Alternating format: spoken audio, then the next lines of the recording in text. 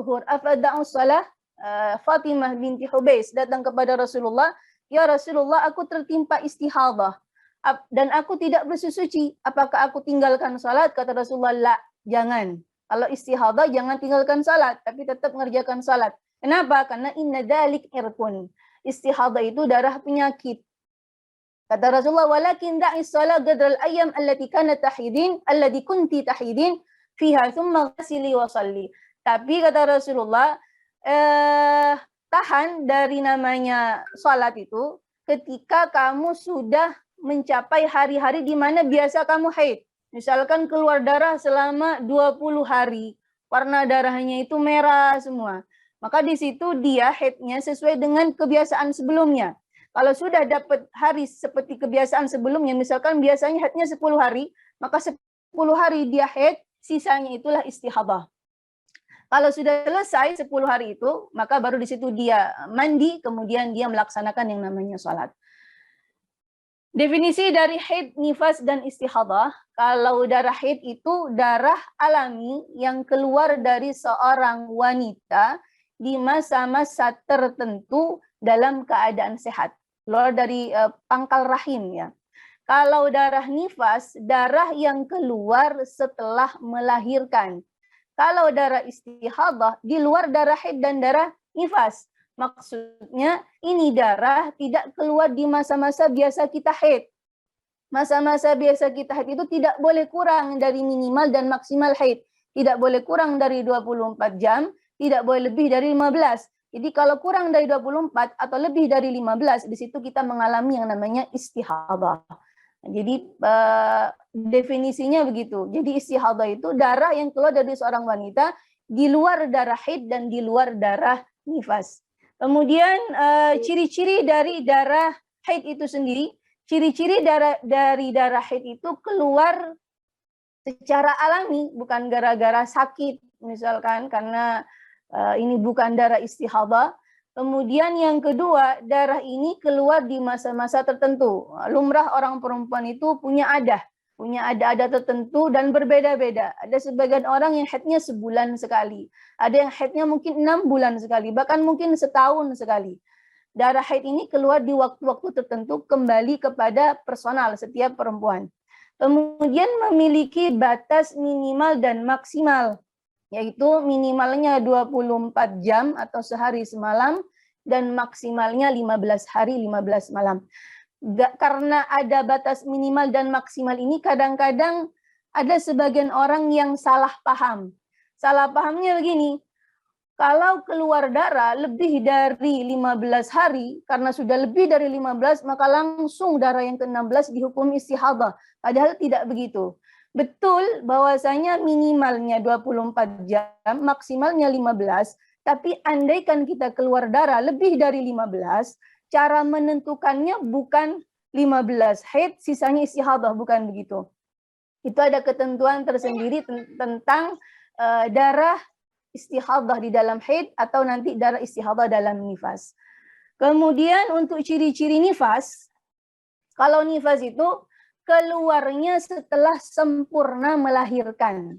Maka darah yang keluar di saat-saat kontraksi itu bukan dikategorikan darah nifas. Darah nifas itu setelah bayi sempurna terlahir. Sedangkan darah di masa-masa kontraksi atau proses melahirkan itu disebut dengan darah talak. Darah talak sendiri hukumnya masuk kategori darah istihadah. Karena masih masuk kategori darah istihadah, maka andaikan dia tidak bisa melaksanakan salat di waktu-waktu kontraksi itu, wajib diqadha salatnya. Beda ketika bayi sudah terlahir sempurna, kemudian mengeluarkan darah, maka darah yang keluar setelah melahirkan hukumnya adalah darah nifas. Kemudian ciri dari darah nifas itu sendiri juga keluarnya darah itu sebelum berlalu masa 15 hari setelah melahirkan. Misalkan ada orang melahirkan, setelah melahirkan, dia nggak langsung keluar darah. Tapi setelah 15 hari setelah melahirkan, dia keluar darah. Ini darah bukan darah nifas, tapi darah haid. Kenapa? Karena dari dia melahirkan dengan darah ini yang keluar, sudah terpisah 15 hari. Jadi, ciri darah nifas ini, antara darah yang keluar dengan masa melahirkan tadi tidak boleh terpisah 15 hari. Kemudian di antara ciri dari darah nifas ini, darah yang keluar semuanya masih dalam lingkup 60 hari. Kalau sudah lebih dari lingkup 60 hari, maka darah wanita tersebut dianggap mengalami istihadah dalam nifas. Selanjutnya, ciri dari darah nifas, antara kedua darah nifas tidak diselingi terputus selama 15 hari. Misalkan, ada seorang wanita setelah melahirkan, dia mengeluarkan darah selama 20 hari. Kemudian bersih selama 15 hari. Keluar lagi darah selama 10 hari.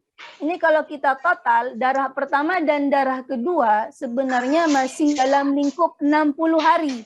Tapi karena sudah terpisah 15 hari, maka darah yang kedua tidak dihitung darah nifas, tapi dihitung darah haid.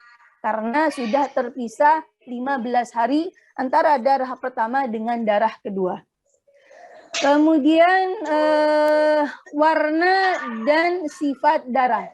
Untuk warna dan sifat darah, ini juga sebagian orang kadang-kadang tidak tahu bahwasanya warna darah itu bukan hanya hitam atau merah atau coklat. Warna darah haid itu ada 5.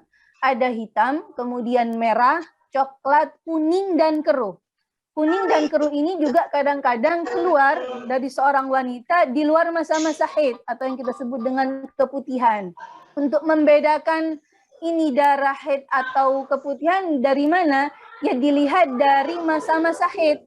Kalau memang keluar darah kuning atau keruh ini bersambung dengan darah merah, coklat sebelumnya, maka warna kuning dan kudroh ini atau keruh ini masuk kategori darah haid. Tapi kalau memang keluarnya di masa-masa kita suci, entah karena kita kelelahan, atau banyak pikiran, atau sakit, kemudian keluar warna kuning, maka warna kuning ini bukan dianggap darah haid. Tapi masuk kategori wadi, cairan yang kalau dari seorang perempuan, yang teksturnya, ya perempuan semua tahu agak kental begitu, karena sebab misalkan capek dan lain-lain. Kemudian sifat-sifat dari darah. Sifat darah itu ada 2, kadang dilihat dari kekentalan, kemudian dari bau. Kenapa penting untuk mengetahui ini? Karena nanti ketika seseorang mengalami istihadah, dia harus tahu mana darah kuat, mana darah lemah. Nah, menentukan mana darah lemah itu dilihat dari warna dan sifat. Misalkan, ada orang keluar darah hitam cair, teksturnya cair dan merah kental. Mana yang lebih kuat dari keduanya? Ini dua-duanya sama-sama kuat. Karena yang satu hitam tapi cair, yang satu merah tapi kental. Jadi andaikan diberi poin, poinnya sama-sama poin 5 misalkan. Ini penting mengetahui tentang warna dan sifat daripada darah itu sendiri. Jangan sampai ada seorang wanita, dia mengeluarkan darah hitam, merah, coklat, kemudian kuning. Karena dianggap kuning ini bukan warna darah, akhirnya dia terburu-buru bersuci. Karena darah kuning ini masih masuk dalam kategori warna darah haid selama masih dalam lingkup 15 hari, maka warna kuning, keruh itu semuanya dihukumi haid. Seorang sahabiyah datang kepada Sayyidah Aisyah menanyakan bahwasanya dia haid, kemudian dia sudah ngerasa bersih. Apakah dia bersuci? Kata Sayyidah Aisyah, la ta'jalna, jangan terburu-buru hatta taraina qassa al-bayda, sampai kalian melihat cairan putih atau bersih. Cairan putih di sini bukan kuning, bukan keruh, mungkin sedikit bening gitu. Kapas putih sampai kita nggak ngelihat ada perbedaan warna bercak di situ, nggak ada bercak, maka di situ dia sudah dianggap suci. Atau jaf, kering sama sekali, ketika dicek pakai kapas ya. Jangan melihat, mohon maaf, di celana saja, tapi pakai kapas. Kalau memang kering atau ada cairan tapi warnanya putih atau bening, maka di situ dia dianggap sudah suci. Kemudian hukum belajar haid. Hukum belajar haid bagi seorang wanita fardu ain. Kenapa? Karena haid ini bukan hanya tentang keluar darah setiap bulan, tapi berkaitan dengan ibadah-ibadah yang lain. Semisal sholat, semisal puasa. Semisal andaikan dia melaksanakan ibadah haji berkaitan dengan haji, umrah, kemudian iddah dan lain-lain. Banyak hal, maka belajar haid bagi seorang wanita hukumnya fardu ain. Karena fardu ain, andaikan dia sudah menikah, tidak boleh bagi seorang suami melarang istrinya untuk belajar. Kecuali kalau si suami sanggup untuk belajar, kemudian mengajarkan kepada istrinya. Begitu pula orang tua tidak boleh melarang putrinya untuk belajar tentang hukum-hukum haid, nifas, dan istihadah. Kecuali orang tuanya menguasai tentang hukum ini, kemudian mengajarkan kepada putri-putrinya. Kemudian usia permulaan haid dan permulaan masa nifas. Usia permulaan haid itu 9 tahun takribiyah dengan hitungan bulan qamariyah, bukan 9 tahun masehi. Karena kita mengingat sekarang sudah banyak anak-anak yang SD sudah mengeluarkan darah haid. Apakah darah yang keluar pada anak-anak yang masih di tingkat SD ini bisa dihukumi haid? Bergantung apakah sudah masuk kepada batas minimal usia haid. Batas minimal usia haid itu 9 tahun takribiyah dengan hitungan bulan qamariyah. 9 tahun takribiyah itu 9 tahun kurang 16 hari. Jadi misalkan ada seorang anak perempuan, umurnya 9 tahun kurang 16 itu, 9 tahun kurang 16 itu misalkan tanggal 16 Muharram misalkan. 16 Muharram, ini anak umurnya 9 tahun kurang 16. Tiba-tiba keluar darah. Maka darah ini bisa langsung dihukumi haid. Kenapa? Karena sudah masuk kepada batas minimal haid. Tapi kalau lebih dari ini, maka dikategorikan istihadah. Misalkan ada seorang anak, dia umur misalkan 9 tahun, kurang 16 itu tanggal 16 Muharram. Tapi keluarnya justru 9 tahun kurang 20 hari. Nah, kalau keluarnya darah sebelum umurnya 9 tahun kurang dari 20 hari, darah tersebut bukan dihukumi darah haid, tapi dihukumi darah istihadah. Kenapa? Karena belum sampai ke batas minimal masa haid. Batas minimal umur masa haid. Kalau seumpama ada seorang keluar darah misalkan 20 hari sebelum umurnya genap 9 tahun. Berlanjut sampai umurnya 9 tahun. Maka yang kurang dari 9 tahun 16 dihukumi istihadah, yang masuk ke umur 9 tahun kurang 16 langsung dihukumi haid. Ini untuk ketentuan usia permulaan haid. Jadi patokannya bukan 9 tahun genap, tapi 9 tahun kurang 16. Dan menghitungnya bukan dengan bulan Masehi, tapi dengan bulan Hijriah. Kalau bulan Masehi 9 tahun Hijriahnya itu berapa? Sama dengan 8 tahun, 8 bulan, 21 hari. Jadi kalau ada anak perempuan, umur Masehinya 8 tahun, 8 bulan, 21 hari, itu secara hitungan bulan Hijriah sebenarnya sudah berumur 9 tahun. Jadi andaikan di situ dia mengeluarkan darah yang keluar sudah bisa dihukumi darah haid. Kemudian permulaan masa nifas. Sengaja saya gabung-gabung ya, biar nggak satu-satu, karena tadi menyingkat waktu. Permulaan masa nifas. Permulaan masa nifas dari segi hukum masa nifas, itu sejak keluar darah setelah melahirkan. Tapi kalau dari sisi bilangan, maka darah itu dihitung sejak bayi lahir. Misalkan begini, ada orang dia melahirkan, setelah melahirkan nggak langsung keluar darah. 10 hari setelah melahirkan, dia baru keluar darah. Darah ini kita kategorikan darah nifas. Tapi andaikan darah yang 10 hari setelah melahirkan tadi lanjut sampai 50 hari. Darah yang 50 hari ini tidak semuanya dihukumi nifas. Kenapa? Karena kalau di total dari sejak melahirkan, ini bisa-bisa bukan 50, 60 hari misalkan. 10 hari setelah melahirkan, dia mengeluarkan darah sampai 60 hari. Nah, ini orang 60 hari ini bukan dihukumi nifas semua. Kenapa? Karena kalau dihitung dari sejak melahirkan, maka dia masuk kategori mengeluarkan darah selama 70 hari. Karena ngitungnya dari sejak melahirkan, secara bilangan.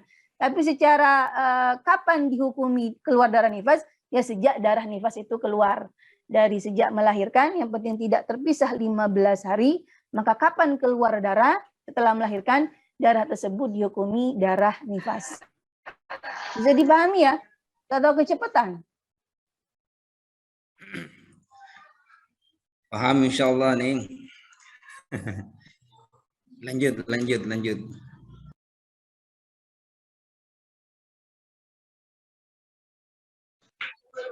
Sudah terdengar? Oke. Sekarang batas minimal dan maksimal haid. Batas minimal dan maksimal haid sudah saya singgung tadi. Batas minimal itu sehari semalam 24 jam. Jadi misalkan ada orang mengeluarkan darah hanya sehari semalam saja, jadi dia otomatis setiap jamnya dia keluar. Apakah harus ngecek setiap jam? Enggak. Misalkan pagi dia ngecek, kemudian jam-jam 9 dicek keluar, maka bisa diperkirakan dari jam 6 sampai jam 9 darah ini keluar. Begitu pula jam 9 misalkan sampai jam 12 dia ngecek lagi. Nah, kalau keluar ketika ngecek, ya sekali lagi ngeceknya pakai kapas ya. Jangan berpatok kepada yang terlihat, mohon maaf, di celana, enggak. Tapi pakai kapas. Kalau di jam 12 ada, maka bisa kita perkirakan dari jam 9 sampai jam 12 darah ini keluar. Nah, kalau seumpama selama 24 jam, sehari semalam itu, keluar darah, dan besoknya berhenti, maka darah tadi bisa dihukumi darah haid, karena masuk ke batas minimal haid, yaitu 24 jam. Tapi kalau kurang, misalkan jam 6 keluar darah, kemudian jam 9 cek, misalkan ada, kemudian di jam 12 ternyata bersih. Kemudian jam 3 cek bersih. Kemudian jam 8 malam cek ada. Jam 12 malam cek misalkan, atau subuh cek bersih. Kemudian besoknya nggak keluar lagi. Maka darah ini bukan darah haid, tapi darah istihadah, karena kurang dari batas minimal masa haid. Kemudian batas maksimalnya adalah 15 hari. Kalau lebih dari 15 hari, maka dia mengalami istihadah. Jangan pakai hukum yang 15 haid, sisanya istihadah. Bukan begitu. Karena nanti dalam masalah haid dan istihadah pakai hukum tamyiz, membedakan mana darah kuat dan mana darah lemah. Kemudian batas minimal nifas. Kalau minimal nifas itu setetes. Setelah melahirkan, sempurna melahirkan, keluar darah. Walaupun sedikit saja, kemudian dia bersih, nggak keluar darah lagi, maka dia dianggap nifasnya hanya setetes. Kemudian maksimal orang hari 60 hari, maka dia mengalami yang namanya istihadah. Sama seperti haid, cara menentukannya tidak boleh, misalkan ada orang setelah melahirkan keluar darah selama 70 hari, cara menentukannya jangan 60 hari haid, sisanya istihadah, bukan begitu, karena ada ketentuan-ketentuan tersendiri.